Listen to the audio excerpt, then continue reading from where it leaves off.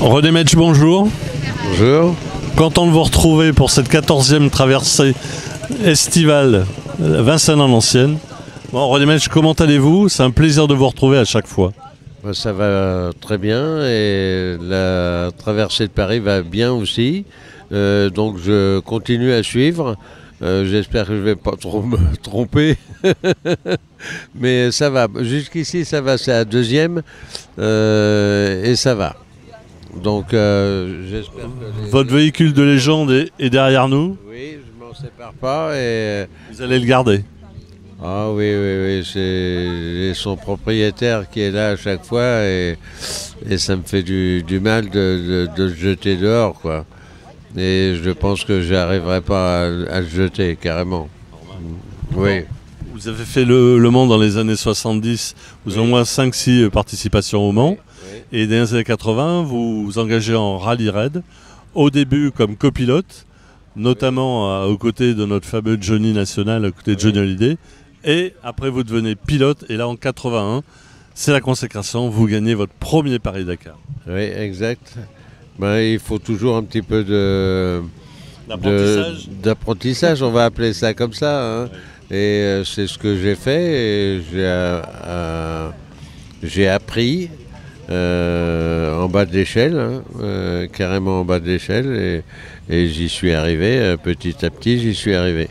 Et après, 2 autres années, 84-86 de mémoire. Hein. Oui, voilà. 84-86, mais là c'était différent parce que j'avais les voitures et j'avais 2 Porsche, j'ai eu 2 Porsche et là c'était, je dirais, facile.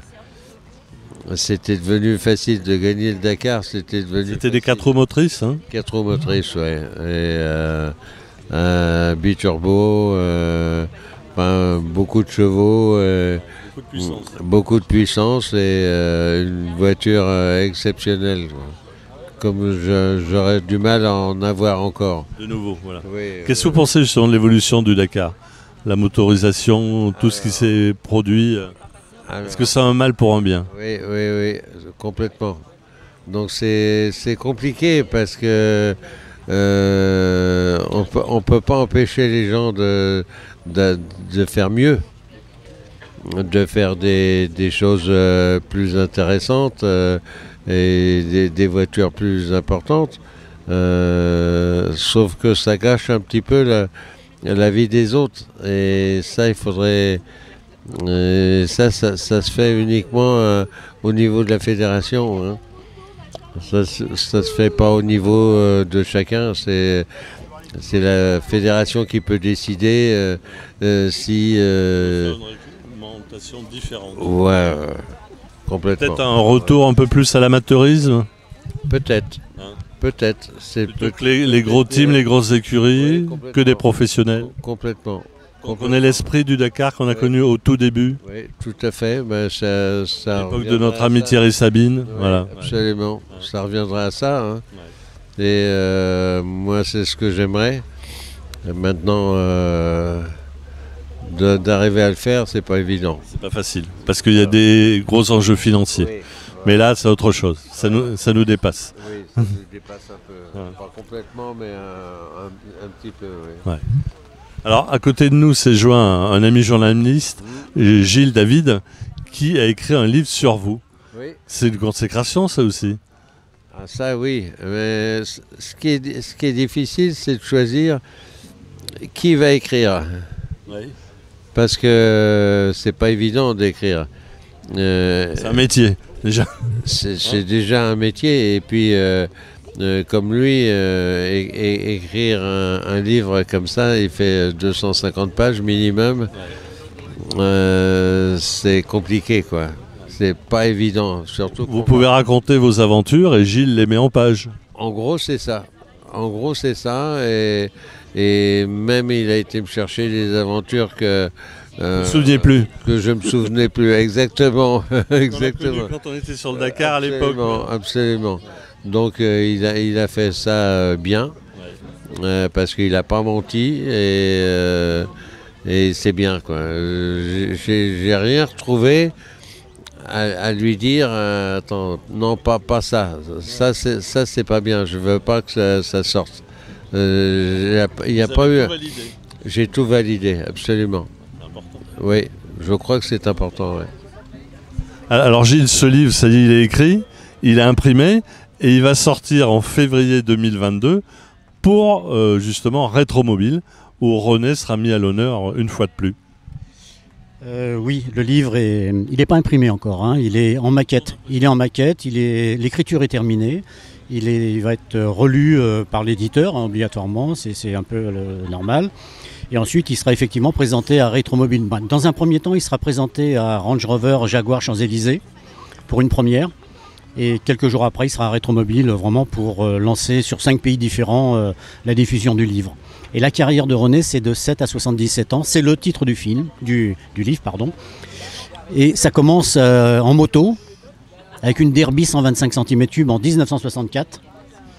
Mais si on va aller jusqu'à 7 ans, on revient à 7 ans, c'est sur des Bugatti avec ses parents, puisque je suis un enfant de Montrouge et Malakoff aussi, et on le connaissait aussi. On est des enfants de la balle. Et donc cette partie voiture ancienne, comme il y a encore aujourd'hui, là, qu'on retrouve avec plaisir, c'est le début de son amour pour l'automobile finalement. Et on n'est pas surpris, qu'aujourd'hui, jusqu'à bientôt, on dirait, le livre s'arrête à 77 ans, l'histoire s'arrête à 77 ans, mais encore aujourd'hui, il est co-organisateur de l'Africa Eco Race avec Jean-Louis Schlesser, vous voyez. Voilà. Et donc vous allez retrouver des aventures extraordinaires, souvent inédites, avec des photos souvent inédites dans le livre, que René m'a raconté, que j'ai eu le plaisir de mettre sur des feuilles blanches au départ, puis que ça s'est construit tout doucement. Voilà. Sinon, bien sûr, personnellement, moi qui suis un ancien copilote en Coupe du Monde de FIA, de Rallye Raid, je ne connais pas de sportif avec autant de médailles et de coupes. Il a un palmarès extraordinaire de 1960 jusqu'à ces dernières... Alors par contre, j'aurais rectifié quelque chose, c'est qu'il n'a pas commencé comme copilote. René a toujours été pilote puisqu'il a gagné, il a été champion de France sur R12 Gordini, il a été champion de France sur Dolomite Triomphe, ça aussi c'est très important. Il a été champion d'Europe sur BMW RSI. Voilà, il a un parcours extraordinaire que vous allez découvrir. Je ne veux pas tout vous dévoiler, mais c'est vrai qu'après, il y a eu des éléments phares dans sa carrière. C'est Johnny Hallyday en 2002. Johnny et Coluche, bien sûr. Jean-Louis Trintignant, avec Trintignant aussi, hein, qu'on voyait. Claude Brasseur sur le Paris-Dakar. Claude Brasseur n'a jamais été copilote de René Medge. Hein, non. Il a été copilote de Jackie X. Voilà. René a participé 5 fois aux 24 heures du Mans sur la Porsche Rothmans. Il détient le record de vitesse sur la Hunaudière à 342 km/h. Et il détient le record de vitesse sur le Dakar avec la Porsche Rothmans 959, 961 à 230 km/h. Et j'ai eu Jackie X au téléphone il y a une quinzaine de jours, puisque la préface du livre c'est Jackie X. Et Jackie m'a dit, tu sais Gilles, moi je montais jusqu'à 200 km/h sur les pistes, mais René il me passait à 230 km/h. Et vraiment, pourtant c'est un grand pilote Jackie X, mais pour dire que René montait à 230 km/h et qu'il va l'écrire il l'a écrit dans le livre, dans sa préface, c'est extraordinaire quoi. Voilà un beau palmarès et j'espère que ça va convaincre beaucoup de passionnés. Vous avez en doublant Jackie, vous l'avez allumé complètement. Hein. Oui, si on peut dire, parce que allumer Jackie, c'est difficile.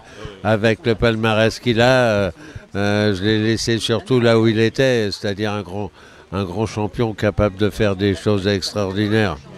Moi, c'est un exemple, c'est toujours un exemple pour moi. Lui, vous êtes deux légendes. Oui, je ne sais pas si on est une légende, enfin moi du moins, lui oui c'est sûr, mais c'est un type extraordinaire. Comme vous René, comme vous. Bon, René, Gilles, on se revoit en février 2022 à Rétromobile. Merci à vous deux, bonne fin de journée, merci de votre accueil.